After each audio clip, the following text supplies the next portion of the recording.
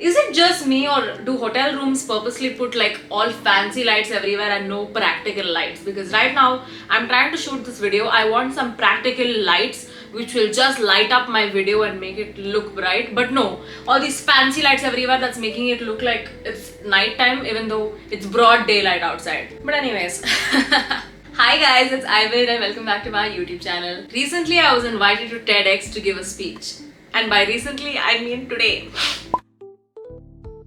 I just gave a TEDx speech and came back, and a lot of people on Snapchat started asking me, I mean, do you pay these people to give these speeches? Like, how does it work? There were a lot of questions that came up about influencers and etc. stuff like that. So I thought, let me come here and clear out everything for you guys. Before we begin, can I please just show you guys the trophy I just received from TEDx? I just gave my first ever TEDx speech, guys. I can now finally tell people thanks for coming to my TED talk. Dreams just became reality today, guys. I'm gonna keep this here for the rest of the video because I'm just so proud of it. But let's get into some assumptions that you guys have about influencers. Before we get into the assumptions, I would just like to clear one thing. TEDx does invite speakers to come and give speeches at their colleges, and I did not pay them, I did not reach out to them, none of that. I was invited and it was a very nice experience. I can't wait for the video to be out on that YouTube channel. Now, without further ado, let's get into all the assumptions you guys have about influencers. Do content creators actually let them be shipped with someone just to get views? Let me give you guys a little context on what she means here. Sometimes certain content creators hang out with another content creator because if they collaborate, those videos perform well. So do they actually have a great bond in real life, or is it just on screen? That is what she means here. I personally have collaborated with somebody in the past. I will take his name because he's a good friend of mine. It's Kevin Singhai. So he and I have collaborated in the past, and we've uploaded a couple of videos on his page, on my page, which have performed well. So do we get along just for the sake of views? Not really, because he and I are actually good friends and we actually brainstorm on video ideas together, and those video ideas have performed well. Now, since I've taken a good example of my friendship with Kevin, let me give you guys a bad example as well. There have been times I have worked and collaborated with creators I don't even like, because on screen for a video, we have looked good together. So yes, for views, I have done it. So I'm pretty sure other creators have also done it. When you don't get along with the creator, but then you make the video anyway, you collaborate anyways because the audience likes it. So for the sake of the audience, yes, I and many other creators have tried to get along with other creators just for content and just for views. I assume that you get pretty much income from your YouTube channel. That's why you've traveled so many foreign countries. This assumption is false. YouTube doesn't pay that well. I will say that YouTube doesn't pay well, especially if you're a small creator.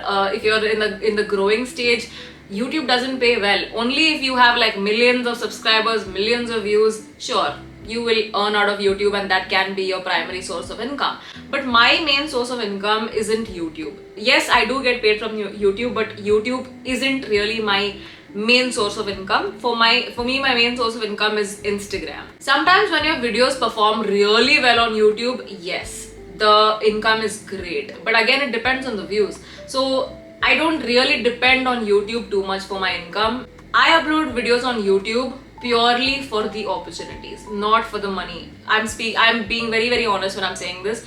When I showcase my personality a lot on YouTube, other brands and other agencies see it, and मेरी personality दिख जाती है. So people like to work with me because of the kind of personality I have created on YouTube.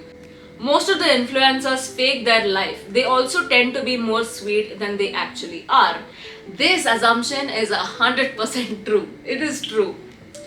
Now see, about faking their life, I don't really think so, because influencers do live the life that they show online. If you see an influencer traveling a lot, wearing designer items, they are actually able to like afford all of that. They're not doing it just to show off. They can actually afford it. They also tend to be more sweet than they actually are. This is 100% true. I personally know influencers who are so sweet on Instagram and YouTube, but if you meet them in person, they're the worst. I will not take names, but I know such people personally who are such horrible people in real life. If you ever meet them, they have so much of command, they're so rude, they act like they're some Shah Rukh Khan or something. I don't know. There is something about some influencers and some creators out there who think too much of themselves only because they're famous on social media. I know such people, I've met such people, I hate such people, I don't even hang out with such people. But yeah, it is true. You get lakhs per reel. Yes. You get loads of freebies. Yes, that's true. Let me explain the logic of why influencers get so much free stuff sent to their house. It is basically a marketing strategy. Influencers charge a lot for stories, reels, posts. They charge quite a lot. So what some brands do is they send their products to influencers for free. Instead of paying them to promote it, they send it for free, hoping that they may upload a story with it, they may post something with it. With that risk, with that luck, with that expectation that maybe the influencer may promote them for free, they send them free stuff as well. And there are people out there who get these free things and they don't even promote it. So imagine the kind of loss it is for the brand. So it is a matter of luck basically. How will you manage the month when you won't get enough earnings as usual? We all know income isn't constant for content creators. Yes, it is true that our income isn't constant every month. Our income isn't like a salary at all. What I get paid this month, I'll not be getting paid the same amount next month. So it isn't constant at all. So how do we manage? We manage by not spending all our money on the month that we've received the amount. I want to know how much a content creator makes a month. See, this depends on how many views the content creator is getting, what's the engagement like, how many followers they have. So from influencer to influencer, it varies. What a 10k micro influencer makes won't be the same as a 1 million mega influencer.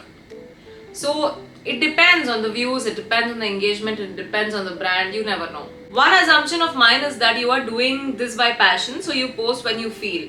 But there are some conditions by your team to post on new trends and they keep a check of your consistency.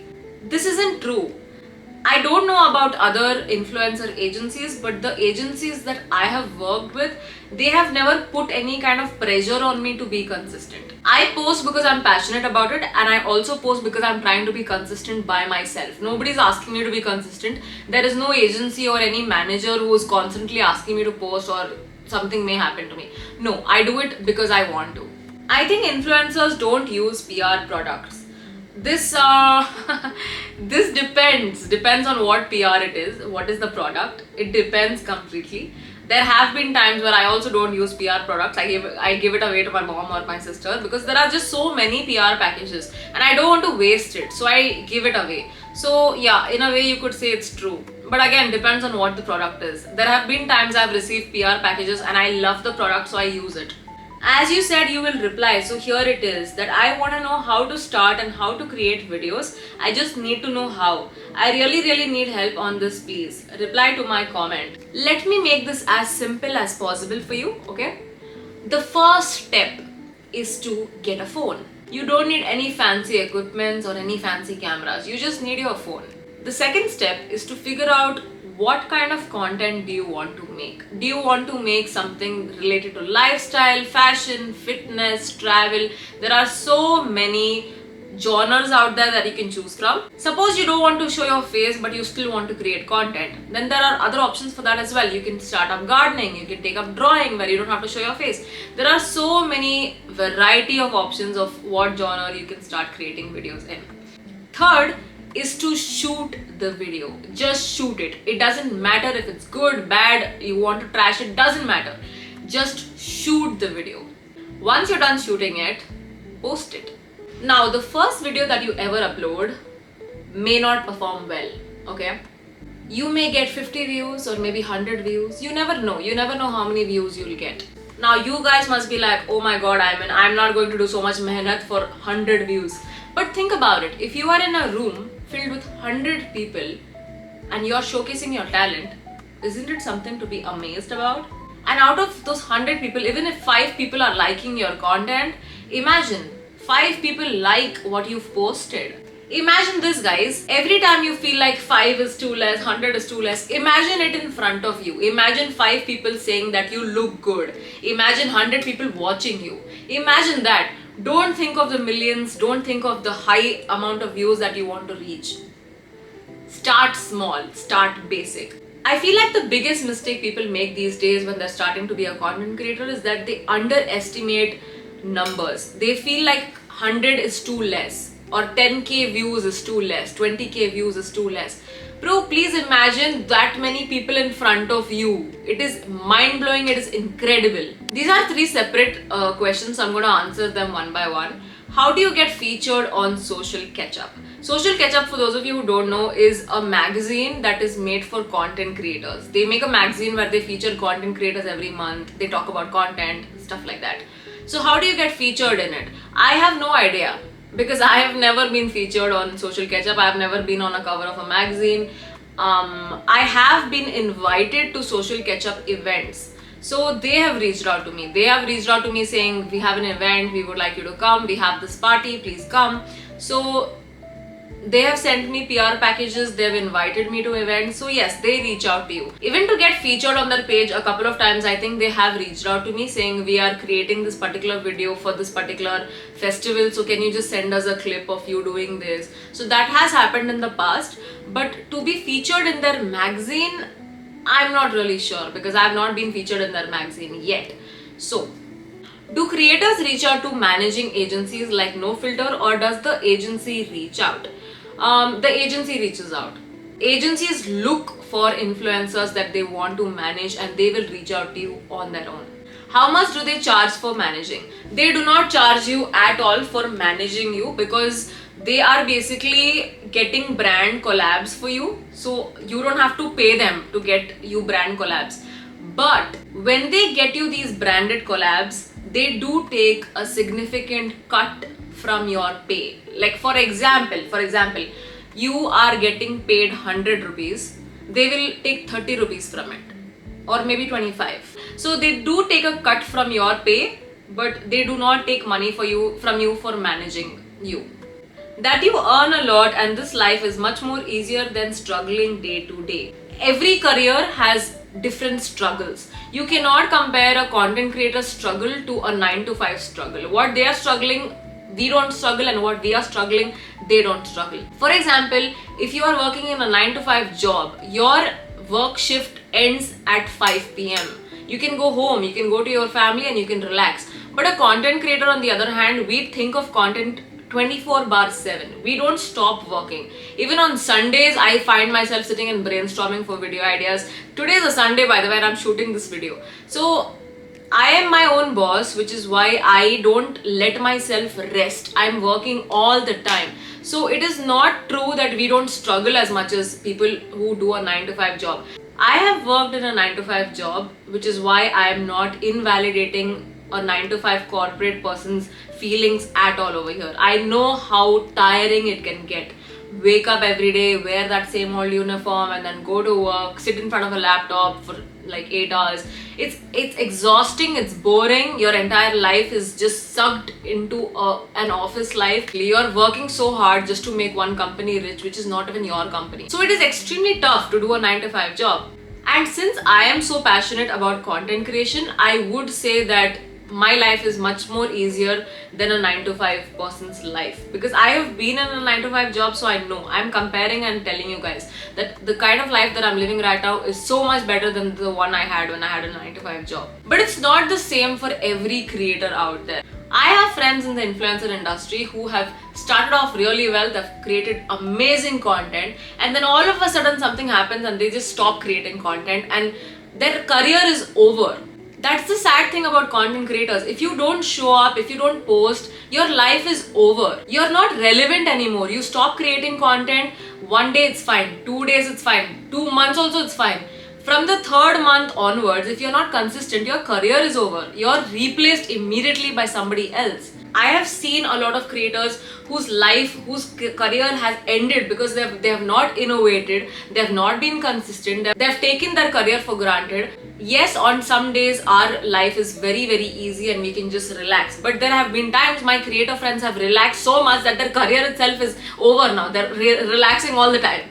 You see the successful content creators out there, which is why you think, oh my god, their life is great. But have you ever seen a failed content creator? Have you ever seen how much they struggle? Their career is over. So don't live in this fantasy world that content creators are having the best life out there. They also have struggles that they do not talk about. Y'all get paid a lot, and mostly trips are sponsored. This is true and also not true at the same time. Let's take an example again, shall we? Suppose I want to travel. I want to go to London. And since it is so expensive to stay in London, I reach out to a travel agency or an Airbnb app, and I reach out to them and I'll be like, look, I'm traveling on so and so date, so can I please stay at your Airbnb? In return, I will promote you. If the Airbnb or the brand agrees, then yes, your stay becomes free. In return, you will be promoting them, and whatever deliverables that they want, you will give it to them. For example, if it's stories, reels, whatever. So if you reach out to a brand and the brand agrees, then yes, your stay does become free of cost. Now take flights for example. Suppose I want to travel from India to Paris, okay, and I don't want to pay for my flight. So I will reach out to an airline, Emirates, Indigo, I don't know. I will reach out to the airline and I'll be like, can we collaborate? I will promote you. In return, can you sponsor my ticket? So yes, your travel, your stay does become free if you reach out to brands and they agree for this collaboration. If they don't agree, you do not get the free plane, you do not get the free stay. Most of the foreign trips that I've gone to, I have paid for it because it's not easy to get these travel collabs unless you are a very big creator. If you're a very big creator, then it's comparatively more easy to get these kind of collabs. But if you're still in the growing stage and all of that, getting travel collabs, getting a place to stay is not easy. Or for example, you are already a travel creator, okay, and your niche is already around travel. So it becomes very easy for you to get travel collabs because you are already in that domain, you are already promoting the world. So travel agencies are much more comfortable collaborating with an influencer who's already a travel creator. And those were all the assumptions you guys had about content creators. I hope this was very insightful and you guys got to learn something new today. As always, if you guys like this video, make sure to give it a big fat thumbs up. Subscribe to my YouTube channel and I will see you guys next time. Love ya. Bye.